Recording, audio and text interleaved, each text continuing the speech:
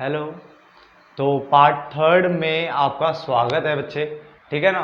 तो स्टार्ट करते हैं पार्ट नंबर थर्ड, जो हमारा क्या था, कृषि उद्योग तथा व्यापार। मैंने कहा था कृषि 98% खत्म हो गया था। ये लैंड जो रिफॉर्म से भूमि सुधार, इसको करना बाकी रह गया था। तो मैंने कहा था स्टार्टिंग में या फिर एंड में कर लेंगे। तो भूमि सुधार को हम खत्म करेंगे और उसके बाद हमारा उद्योग स्टार्ट हो जाएगा, ठीक है ना। छोटा सा उद्योग, ज्यादा बड़ा नहीं है। उद्योग को खत्म करने के बाद व्यापार, और व्यापार का चैप्टर खत्म हो जाएगा। कोशिश करेंगे इसी पार्ट में चैप्टर खत्म हो जाए तो बल्ले बल्ले। नहीं हो पाता है अगर इनकेस, क्योंकि थोड़ा सा हल्का सा ज्यादा है, थोड़ा सा, ठीक है ना, ज्यादा क्योंकि दो चीजें खत्म करनी है, उद्योग भी और व्यापार भी। तो अगर 20 मिनट से ऊपर जाती है वीडियो तो हम फिर तीसरा पार्ट बनाएंगे, या फिर एक काम करेंगे, देखते हैं एवरेज कितना बनता है। 15 मिनट के अंदर अंदर कितना समअप हम कर सकते हैं। अगर 15 मिनट में अच्छा खासा समअप हो जाता है तो फिर हम इसी पार्ट में खत्म कर देंगे, ठीक है ना। चलो देखते हैं। तो भूमि सुधार या भू सुधार किसे कहते हैं, तो उसने बोला भूमि सुधार यानी लैंड रिफॉर्म की अगर हम बात करें, लैंड रिफॉर्म्स जो आए थे से अभिप्राय भूमि के स्वामित्व का, यानी भूमि के स्वामित्व यानी ऑनरशिप का उचित और न्यायपूर्ण क्या करना, वितरण सुनिश्चित करना। यानी इसने क्या बोला, भू सुधार यानी भूमि सुधार से अभिप्राय भूमि के स्वामित्व यानी जो भूमि की जो ऑनरशिप होती थी, ठीक है, कि भूमि क्या किसके पास है, किसके नाम पे होनी चाहिए, कितनी भूमि होनी चाहिए, उसने बोला इसका क्या करना, ठीक तरीके से क्या करना, ठीक तरीके से यानी उचित और न्यायपूर्ण वितरण सुनिश्चित करना ही भूमि सुधार होता है। आगे, अर्थात भूमि के स्वामित्व को इस प्रकार से व्यवस्थित करना है, यानी भूमि की जो ऑनरशिप है उसको इस प्रकार से व्यवस्थित करो कि उसका अधिकतम उपयोग किया जा सके। क्या किया जा सके, उसका अधिकतम उपयोग किया जा सके। तो पहले भूमि सुधार को समझ लेते हैं ढंग से एक बार दोबारा। मैंने क्या बोला, भूमि सुधार से अभिप्राय या भू सुधार से अभिप्राय भूमि स्वामित्व का उचित और न्यायपूर्ण वितरण सुनिश्चित करना। क्योंकि ऐसा इसलिए क्योंकि जो धनी वर्ग था उन्होंने बहुत ज्यादा भूमि पे कब्जा कर लिया था, और जो बाकी का जो वर्ग था उनके पास बहुत कम भूमि थी जो कृषि के लिए उपयोग करते थे। धनी वाले क्या करते थे, लेकर के रख देते थे, है ना, फिर उनकी कीमतें बढ़ने पर उनको बेचते थे या फिर उनमें किसी और से काम करवाते थे। तो उन्होंने बोला, हमने एक वर्ड पढ़ा था भूमि की उच्चतम सीमा, यानी किसी एक के पास भूमि की कितनी, मतलब कितनी भूमि मैक्सिमम होनी चाहिए, यही पढ़ा था हमने। तो यहाँ पे क्या था, अंधाधुंध भूमि होने से अच्छा है कि आप क्या करो, उसके स्वामित्व का उचित और न्यायपूर्ण वितरण करो ताकि लोगों को सही प्रकार से भूमि मिल सके, ना ज्यादा ना कम। आगे, अर्थात भूमि के स्वामित्व को इस प्रकार से व्यवस्थित करो कि उसका अधिकतम उपयोग किया जा सके। भूमि सुधारों को देश में आंशिक रूप से लागू किया गया था। आंशिक मतलब था पार्शियल वे में किया गया था, ठीक है ना, पूरी तरह से नहीं था, ठीक है। ये क्या था, पार्शियल था। पार्शियल मतलब था आधा अधूरा, आंशिक तरीके से कुछ हद तक इसको लागू किया जाता। मगर अगर पेपर में पूछा था इसे प्रभावशाली रूप से कहाँ मतलब ये लागू किया गया था, तो पश्चिम बंगाल और केरल, ये दो ऐसे राज्य थे जहां इसे प्रभावशाली रूप से क्या किया गया, इसे लागू किया गया। यहां तक कोई दिक्कत तो नहीं। मगर अगर आपसे कोई पूछे आंशिक रूप से लागू किया गया था, ये तो आपने बता दिया कि इसको सिर्फ दो राज्यों में पूरी तरह से लागू किया गया था प्रभावशाली ढंग से, बस यहाँ पे आंशिक रूप से था। आंशिक रूप से लागू करने के जो कारण थे वो क्या थे, वो ये कारण थे, पहली बात कि ज्यादातर जमींदारों ने खुद को खेती करने वाला दिखा दिया था। जो जमींदार थे, जमींदार खुद तो करते थे नहीं, वो दूसरों से करवाते थे, मगर उन्होंने खुद बताया कि हम तो खुद ही खेती करते हैं। साथ ही साथ तथा भूमि का वैध स्वामी दिखाने के लिए इन्होंने क्या करा, काश्तकारों को बेकदल कर दिया, यानी जो काम करते थे या जो भी वहां पे थे लोग बाग, उन सबको निकाल दिया और खुद दिखाया कि हम तो भूमि पे खुद से देखो काम वाम करते हैं और हम ही क्या है, इसके स्वामी हैं। तो पहला पंगा ये आ गया था, इसलिए ज्यादा जमीन उनके हाथों में चले गई थी। दूसरा, जो भूस्वामी यानी जो हमारे जमींदार एंड ऑल जो भी थे, उन्होंने क्या करा, जो उच्चतम भूमि कानून था, यानी किसके पास कितनी मैक्सिमम भूमि हो सकती है, उसको न्यायालयों में क्या कर दिया, चुनौती दे दी, यानी कोर्ट में लेके चले गए। अब आपको पता है इंडिया में कोर्ट में तो भाई साहब 20-20 साल तक, जो 20-20 10-10 15-15 साल तक क्या केस लटके रहते हैं। अब इतने सालों तक अगर केस लटके रहेंगे, बात को समझो ना, मान लो अगर एक साल भी केस लटक गया तो बात को समझो क्या होने वाला है। अगर एक साल भी केस लटक गया ना, तो उनके पास इतना पर्याप्त समय मिल जाता था कि उस भूमि को वो अपने या फिर अपने संबंधियों के नाम पे क्या कर सकते, कर पाते थे। वो मान लो आपके पास बहुत सारी जमीन है, अब हमने आपके ऊपर केस कर दिया, आपने इतने में क्या है, हमने आपके ऊपर क्या है वो डालने पे लगी कि नहीं ऐसा नहीं करना चाहिए, ऐसा नहीं करना चाहिए, आपने क्या कोर्ट में डाल दी हाजिरी। अब कोर्ट में अगर आपने वो ऑर्डर मतलब वहां पे पास करने की बात करवा दी है, तो कोर्ट वाला उस चीज को लटकाते रहते हैं। देखो कोर्ट में एकदम से तो पास होता नहीं कोई भी चीज, ठीक है, तो उन्होंने टाइम लिया। जितना टाइम कोर्ट ज्यादा एक्सेस ज्यादा लेगी उतना टाइम तुम्हें ज्यादा मिल जाता उस चीज को छुपाने का, अपने पापों को छुपाने का। तो वही काम इन्होंने किया, इन्होंने उस भूमि को अपने या फिर अपने संबंधियों के नाम पे कर दिया था। क्लियर हो गया। यहाँ तक कोई दिक्कत तो होनी नहीं चाहिए, बिल्कुल बेसिक सा पॉइंट था, फिर भी मैंने ज्यादा टाइम लगा दिया इस वाले पे, लैंड रिफॉर्म पे। आगे छोटे पैमाने के उद्योगों की अगर बात करें, स्मॉल स्केल इंडस्ट्रीज की अगर हम बात करें, SSI जिसको शॉर्टकट में बोलते हैं, और आपको याद होनी चाहिए सारी चीजें बोली है, छोटे पैमाने के उद्योग या इसको स्मॉल स्केल इंडस्ट्रीज ये भी पता होना चाहिए, और SSI ये आपसे पूछा जा सकता है कि SSI क्या होती है, ठीक है ना। तो छोटे पैमाने के उद्योग जिसको मैं और लघु उद्योग बोल रहा हूँ यहाँ पे, ठीक है, बुक में नहीं है पॉइंट लिखा हुआ, बट लघु उद्योग ही बोल सकते हैं। तो छोटे पैमाने के उद्योग यानी लघु उद्योग वे उद्योग होते हैं जिनमें विनिर्माण करना हो, सेवाएं प्रदान करना हो, ठीक है, या फिर क्या करना, उत्पादन करना हो, प्रोडक्शन करना हो, मैन्युफैक्चरिंग करनी हो, या प्रोवाइड करनी हो सर्विसेज, ये सारे काम जो होते हैं वो छोटे पैमाने पर या सूक्ष्म पैमाने पर किया जाते हैं। यानी ये सारे काम जो होते हैं ना वो छोटे छोटे लेवल पे होते हैं, उसे क्या कहते हैं, छोटे पैमाने के उद्योग। और छोटे पैमाने के उद्योगों को इसलिए लाया गया था, इसलिए प्राथमिकता दी गई थी बहुत स्पीड से, ताकि रोजगार को बढ़ाया जा सके, जो बहुत सारे लोगों को रोजगार मिलेगा ना अगर ऐसे उद्योग ओपन होंगे तो। और दूसरा समता या साम्य, समता बोलो या साम्य, यानी लोगों में क्या है, जो धन के रूप में असमानता है, यानी बहुत ज्यादा अमीर गरीब का जो फासला है वो कम हो जाए, लोगों में समानता आ जाए इस चीज में, है ना।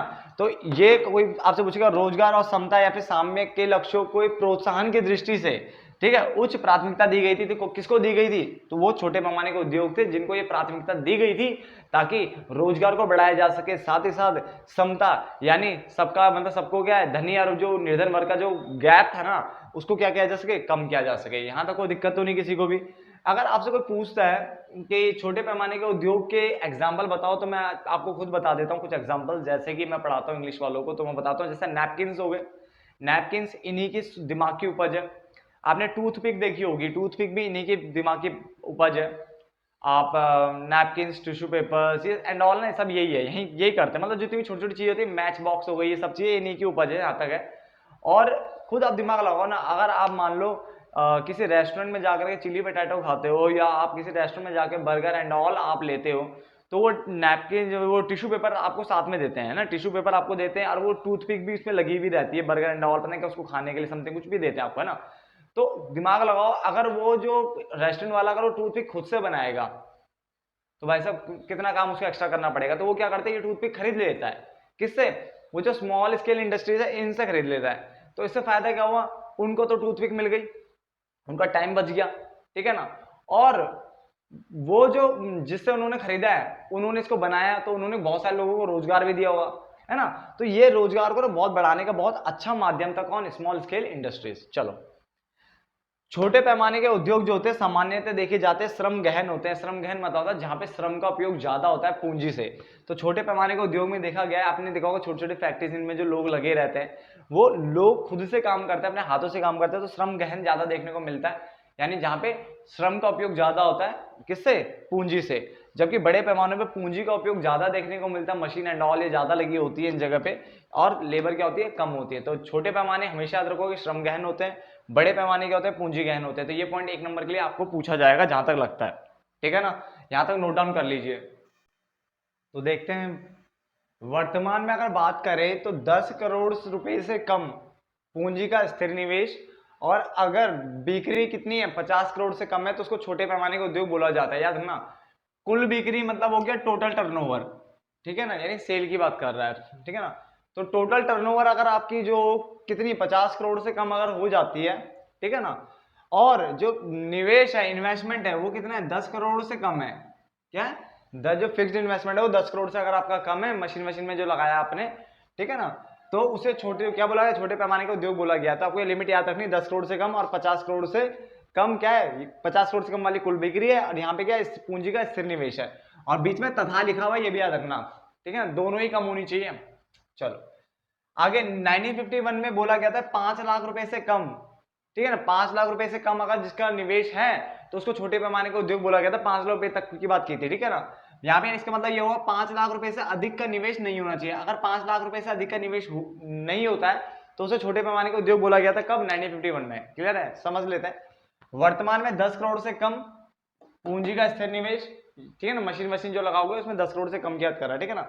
और जो टोटल टर्नओवर यानी कुल बिक्री हो 50 करोड़ से कम होनी चाहिए, तो छोटे पैमाने का उद्योग। बट 1951 में क्या था कि 5 लाख रुपए से अधिक जिनका भी निवेश नहीं है वो सारे छोटे पैमाने हैं, यानी 5 लाख रुपए तक है तो वो सारे छोटे पैमाने, 5 लाख से ज्यादा हुआ तो छोटे पैमाने नहीं माना जाएगा। क्लियर, यानी एसएसआई नहीं बोलेंगे। छोटे पैमाने के उद्योगों की विशेषता है। तो छोटे पैमाने के उद्योगों की विशेषताओं की बात कर लेते हैं। ये उद्योग बड़े पैमाने के उद्योगों की तुलना में क्या होते हैं, अधिक श्रम गहन होते हैं, यानी इसमें क्या है, श्रम का उपयोग ज्यादा होता है पूंजी से, मैं ऑलरेडी बता चुका हूं, नहीं पता दोबारा सुन लीजिए। एक होता है श्रम गहन, एक होता है पूंजी गहन। श्रम गहन तकनीक वो तकनीक होती है जिसमें श्रम का यूज ज्यादा होता है, श्रम का जो उपयोग है वो ज्यादा होता है किससे, पूंजी से।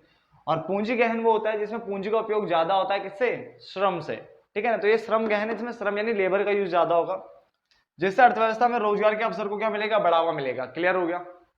आगे इसके अंतर्गत निवेश की कम आवश्यकता होती है, यानी आपको ज्यादा इन्वेस्टमेंट की जरूरत नहीं होती है इसको ओपन करने के लिए। क्लियर, 2 पॉइंट हो गए। उसके अलावा छोटे पैमाने के उद्योगों में स्थान निर्धारण संबंधी क्या पाया जाता है, लचीलापन पाया जाता है, यानी लोकेशनल फ्लेक्सिबिलिटी इसके अंदर पाई जाती है, ठीक है ना। कहीं भी आप इसे इजीली ओपन कर सकते हो, ठीक है, जिससे अंतर क्षेत्रीय समानता को क्या मिलता है, बढ़ावा मिलता है, ठीक है ना। तो इंटर रीजनल जो है ना उसको क्या मिलता है, यहाँ पे समानता को बढ़ावा मिलता है, बहुत जो कि अच्छी चीज है। आगे बड़े पैमाने के उद्योगों के लिए क्या है, सहायक होता है, क्योंकि ये सीड बेड्स, यानी क्या बोल रहा हूं मैं, सीड बेड, ठीक है, फॉर लार्ज स्केल इंडस्ट्रीज, यानी जो बड़े लेवल की जो इंडस्ट्रीज होती है उसके लिए एक तरह से क्या करता है, ये प्लेटफॉर्म बनाया, प्लेटफॉर्म की तरह काम करता है, एक बोलूं या बीजों की तरह काम करता है। क्यों, क्योंकि जब ये टूथपिक बनाएगा तो बड़े वाले के काम आएगा, ये नैपकिन बनाएगा तो बड़े वाले के काम आएगा। तो बड़े वाले को उद्योगों में क्या होती है, इससे सहायता होती है, जब एसएसआई उसकी मदद करता है, तो बड़े पैमाने के उद्योगों के लिए सहायक होती है। क्लियर हो गया, 4 पॉइंट बड़े आसान से थे। आगे बात करते हैं औद्योगिक नीति प्रस्ताव 1956, जो कि आपको 1956 याद रखना है। औद्योगिक नीति प्रस्ताव कब हुआ था, तो 1956 की बात करेंगे। क्लियर, देखो मैं आपको बार बार बोल रहा हूँ, मैं आपको देखो इंडियन इकोनॉमी तो करा ही रहा हूँ, साथ में मैक्रो इकोनॉमिक्स करा रहा हूँ, आपको पता है समष्टि अर्थशास्त्र भी साथ में चल रही है, और उसमें मात्र एक चैप्टर रह जाता है, क्यों विनिमय दर वाला तो चल रहा है, तो एक चैप्टर रह जाता है, मतलब आपका कोर्स काफी सही चल रहा है, ठीक है ना। और इसकी भी स्पीड अब आगे बढ़ जाएगी, क्यों, क्योंकि जो चैप्टर और छोटे छोटे आएंगे, देखो इनको भी कोशिश करता हूँ मैं 4 से लेकर के 5 पार्ट, यानी 15-15, 20-20 मिनट के हिसाब से खत्म कर दूं तो ज्यादा बढ़िया है, ठीक है। 1 घंटे का पार्ट मैंने अभी तक कोई भी नहीं बनाया आपके लिए, आपको पता होगा, सारे छोटे छोटे पार्ट्स बना रहा हूँ, दोनों बुक आपके लिए बढ़िया ढंग से जो है खत्म हो रही है। इवन मैंने ये तक बोल दिया कि हम जितनी जल्दी कोर्स खत्म करेंगे, उसके बाद अगर आप चाहते हो कुछ एक्स्ट्रा क्वेश्चन करने का तो मैं वो भी करवाऊंगा आपको, ठीक है, बट फटाफट से नोट डाउन कर लो। और जिस तरह से इस वाली बुक की खासकर जो लैंग्वेज है ना, वो लोगों को बहुत परेशान करता है। आप बच्चों देखो आपको बहुत परेशान करती होगी, कि मैं मानता हूँ, देखो मैं खुद इंग्लिश में पढ़ाता हूँ, मुझे ना थोड़ी दिक्कत होती है हिंदी में, इस टाइप की अगर लैंग्वेज ज्यादा डीप आती है तो, ठीक है ना। तो बट नॉर्मल हिंदी तो देखो सबको ही आती है, ऐसा तो नहीं है किसी को नहीं आती होगी, मेरे को भी आती है, आपको भी आती है, बट पंगा क्या है, जब कुछ ज्यादा डीप चीज आती है, जैसे परिक्षेप ऐसे कुछ पढ़ा था हमने, ठीक है ना, समथिंग कुछ पढ़ा था, याद होगा, और परती छोड़ना एंड ऑल, ठीक है, बट उसको अगर इंग्लिश में पढ़े तो काफी आसान लग जाता हमें। तो मैं पूरी कोशिश कर रहा हूँ कि आपको समझा सकूं इस इंडियन इकोनॉमिक्स को, ठीक है। इवन जो बीए वाले बच्चे हैं वो भी अगर इन वीडियोस को देख रहे होंगे तो उनको भी काफी आसानी से समझ में आ रहा होगा, जैसे भूमि सुधार क्या था, अब अच्छे से पल्ले पड़ चुका होगा, क्योंकि बिल्कुल समझ में आ गया जमींदारों ने क्या क्या पंगेबाजी की थी, है ना। तो काफी कोशिश कर रहा हूँ, हरित क्रांति भी मैंने आपको अच्छे से समझाने की कोशिश की है। अब ये इंडस्ट्री की बात करें तो एसएसआई तो बहुत आसान टॉपिक था, वो वैसे खत्म हो गया, बट आप बात कर रहे हैं औद्योगिक नीति प्रस्ताव की, और इसको खत्म करते हैं, उद्योग को कम से कम खत्म करते हैं। मुझे लगता नहीं कि व्यापार अब हो पाएगा, क्योंकि वरना वो फिर 30, 35, 40 मिनट की वीडियो चले जाएगी, हो तो जाएगा खत्म, बट 40 मिनट के आसपास जा सकती है, ठीक है ना। तो हम इसको फटाफट से खत्म करके इसमें थोड़ा भी और पॉइंट्स है उनको कवर कर लेते हैं, इस वीडियो को यहीं पे खत्म करेंगे, ठीक है ना। तो औद्योगिक नीति प्रस्ताव की अगर हम बात करें तो उसने बोला औद्योगिक नीति एक महत्वपूर्ण साधन है, ठीक है, जिसके माध्यम से, ये एक ऐसा टूल है जिसके माध्यम से, ठीक है, ये एक ऐसा सिस्टम है जिसके माध्यम से सरकार अर्थव्यवस्था में औद्योगिक गतिविधियों को क्या करती है, नियंत्रित करती है। तो औद्योगिक नीति एक ऐसा महत्वपूर्ण साधन है, ठीक है ना, जिसके माध्यम से सरकार क्या करती है, एक ऐसा इंस्ट्रूमेंट है जिसके माध्यम से सरकार अर्थव्यवस्था में औद्योगिक गतिविधियों को क्या करती है, नियंत्रित करती है। यानी जो इंडस्ट्रियलाइज्ड जो भी हमारी जो गतिविधियां हो रही है उनको क्या करती है, नियंत्रित करती है। क्लियर हो गया, यानी उद्योगों से संबंधित जो भी है उनको नियंत्रित करना, आगे गतिविधियों को। इसके अंतर्गत निजी क्षेत्र को औद्योगिकीकरण प्रक्रिया में कौन सा स्थान दिया गया था, द्वितीय स्थान दिया गया था, याद रखना, ये पॉइंट आपको याद रखना है कि निजी क्षेत्र को यहाँ पे दूसरा स्थान दिया गया था, द्वितीय स्थान प्रदान किया गया था, जबकि पहला स्थान किसके हाथ में था, जो आपके सार्वजनिक क्षेत्र होते हैं यानी पब्लिक सेक्टर के हाथों में दिया था, जो कि लॉस पे लॉस इनकर्ड कर रही थी। यही तो सबसे बड़ी दिक्कत है इंडिया की, गवर्नमेंट ने सारा काम पब्लिक सेक्टर यानी क्या है, वो पब्लिक इंडस्ट्रीज जो होती है ना, इनको खड़ा करके कर दिया, जो कि सारी लॉस पे लॉस बियर करती चले गई। और द्वितीय को द्वितीय स्थान दिया गया। और ये बोल दिया कि निजी क्षेत्रों में अगर उद्योग अगर आपको स्थापित करना है तो आपको सरकार द्वारा क्या लेना पड़ेगा, लाइसेंस लेना पड़ेगा, तब जाकर के ही आप क्या कर सकते हो, उन उद्योगों को स्थापित कर सकते हो। बात को समझना, ये तो कोई दिक्कत नहीं, बट आगे देखो पंगा तो था इसमें कि औद्योगिक नीति एक महत्वपूर्ण क्या है, इंस्ट्रूमेंट है, जिससे सरकार अर्थव्यवस्था में औद्योगिक गतिविधियों को क्या करती है, नियंत्रित करती है। इसके अंतर्गत निजी क्षेत्र को औद्योगिकीकरण प्रक्रिया में दूसरा स्थान प्रदान किया गया था, द्वितीय भूमिका प्रदान की गई थी, ठीक है, जबकि पहली किसको थी, आपका सार्वजनिक क्षेत्र को, ठीक है ना। निजी क्षेत्रों में अगर आपको उद्योग की स्थापना करनी है तो सरकार से पहले लाइसेंस लेकर ही आप इस उद्योग को स्थापित कर सकते थे। क्लियर होगी, अगर आप ध्यान से सुन भी रहे हो ना तो आपको समझ में आ चुका होगा और आप इजीली लिख भी सकते हो, ठीक है ना। चलो, औद्योगिक लाइसेंसिंग क्या होता है, पहले लाइसेंसिंग है क्या। लाइसेंसिंग एक ऐसा टूल होता है जिससे कि आप किसी को कोई चीज करने की अनुमति देते हो, है ना, यही तो होता है ना, एक ऐसा टूल है जिससे आप क्या करते हो, किसी चीज को करने की क्या देते हो, अनुमति देते हो। तो वही लिखा है, यह एक अर्थव्यवस्था के पूर्व निर्धारित प्राथमिकता वाले क्षेत्र में दुर्लभ संसाधनों को चैनलाइज करने का एक उपकरण है। ये मैंने गलत वो कर दिया, पेन का यूज कर लिया, नॉर्मल ब्लैक पेन से लिखना था मैंने, ठीक है। तो यह एक अर्थव्यवस्था के पूर्व निर्धारित, यानी जो पहले से निर्धारित है, प्राथमिकता वाले क्षेत्र, यानी वो क्षेत्र जो पहले से निर्धारित कर रखे हैं, उनमें दुर्लभ संसाधन क्यों, क्योंकि हमारे यहाँ जो संसाधन वो सीमित मात्रा में पाए जाते हैं, तो दुर्लभ वर्ड यूज किया जाता है, ठीक है ना। संसाधन हमारे यहाँ क्या सीमित मात्रा में है, जबकि मानवीय आवश्यकताएं असीमित है।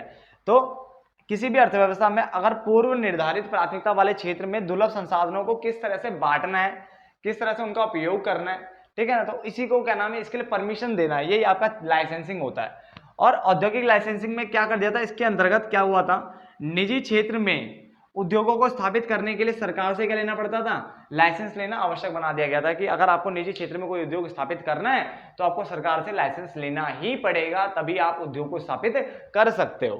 क्लियर हो गया, तो यहां तक नोट डाउन फटाफट से कर लीजिए। चलो देखते हैं सच में बहुत ही सॉरी, एक सेकंड का टाइम दो जरा।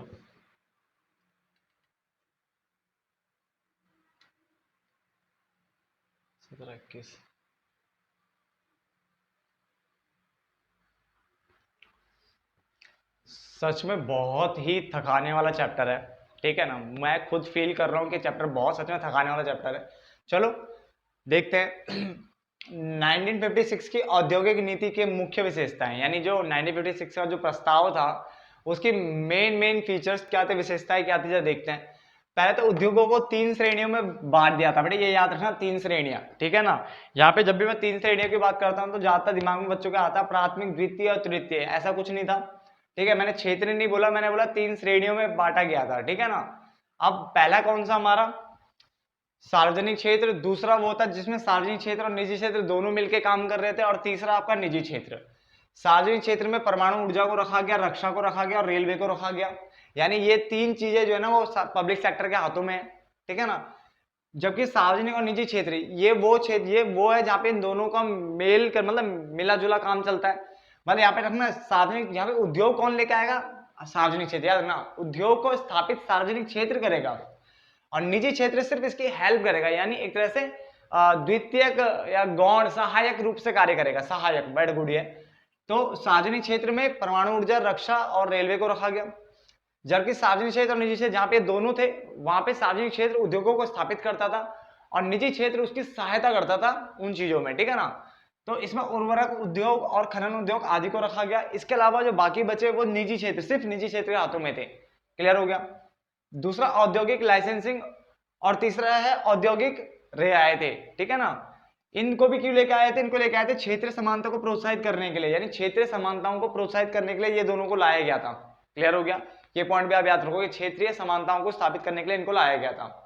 उसके बाद अगर औद्योगिक रियायतों की अगर बात करें तो उसमें ये होता था कि जो निजी लोग होता था ना, जो पिछड़े हुए एरियाज होते हैं ना, पिछड़े हुए एरियाज में निजी लोगों को ना प्रोत्साहित करने के लिए सरकार बोलती थी तुम्हें स्टार्टिंग में कुछ टाइम तक टैक्स देने की जरूरत नहीं है, टैक्स देना है तो कम देना है, तुम्हें बिजली के दामों पे भी छूट मिल जाएगी, यहाँ पे भी थोड़ा छूट मिल जाएगी। तो इस टाइप की क्या है, लोभन दिया जाता था, लालच दिया जाता था, ताकि वो क्या करते इंडस्ट्री को वहां पे लगा सके, लोगों को वहां पे काम दे सके और रोजगार बढ़ सके, लोग पैसा कमा सके, है ना।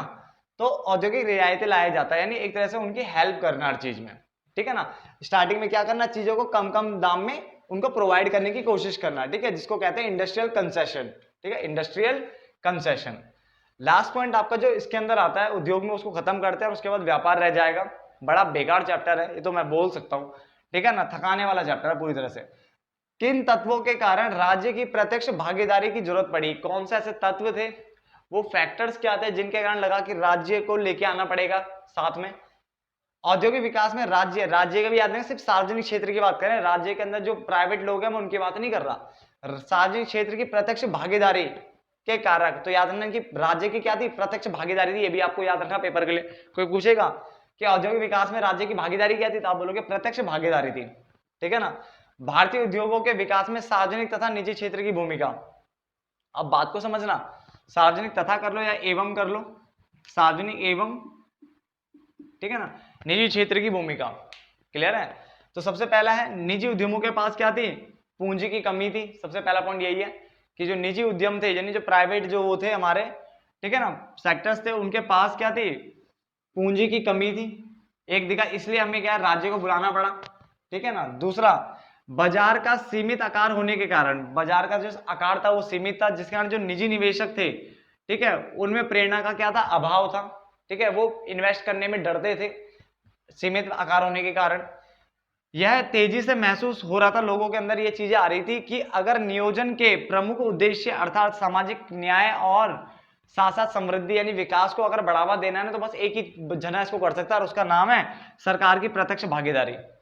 लोगों के दिमाग में बैठ चुका था, महसूस किया जा रहा था कि नियोजन के प्रमुख उद्देश्य अर्थात सामाजिक कल्याण या न्याय के साथ साथ समृद्धि को केवल सरकार की प्रत्यक्ष भागीदारी द्वारा ही प्राप्त किया जा सकता है, निजी लोगों का कोई मतलब नहीं बनता इसमें, उनकी बस की नहीं कुछ करना, ये दिमाग में बैठ चुका था, सिर्फ सरकार करेगी, जो कि बहुत गलत चीज थी, ठीक है ना।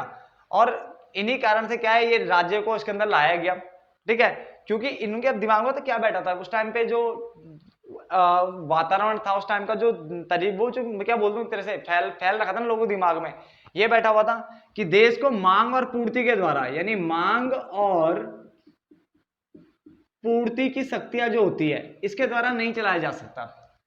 मांग पूर्ति शक्ति मतलब बाजारवादी जो होती है अर्थव्यवस्था, उसके द्वारा नहीं चलाया जा सकता। अगर उस टाइम पे ही बाजारवादी अर्थव्यवस्था को लाया जाता तो मे भी शायद कुछ और होता, बट पंगा ये था कि उस टाइम पे लोगों की सोच ढंग से डेवलप नहीं थी, ये बोल सकता हूँ इंडस्ट्री के मामले में पैसा नहीं था, तो इसलिए सरकार को आगे आना ही पड़ा उस टाइम पे, क्योंकि पंगा ऐसा था कि लोगों को जागरूक करने की जरूरत पड़ गई थी, ठीक है ना।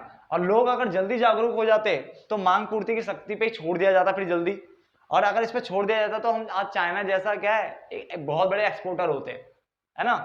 दूसरा, इन लोगों के दिमाग में ये भी बैठा हुआ था कि निजी निवेश जो निजी क्षेत्र होता है ना, उनके हाथों में देश को नहीं छोड़ना, उनके हाथों में अर्थव्यवस्था को नहीं छोड़ना, ठीक है, जो कि जहां तक है उस टाइम के हिसाब से सही था, बट आज सोचे तो वो गलत लगता है, निजी क्षेत्र में छोड़ना चाहिए, ठीक है, जिससे कि व्यापार इन सबको बढ़ावा मिलता है, ठीक है, रोजगार इनको। तो मांग पूर्ति की शक्ति पर नहीं छोड़ा गया, निजी क्षेत्र पर नहीं छोड़ा गया, और सार्वजनिक क्षेत्र को बुलाया गया दोबारा से राज्य इनको, क्लियर हो गया।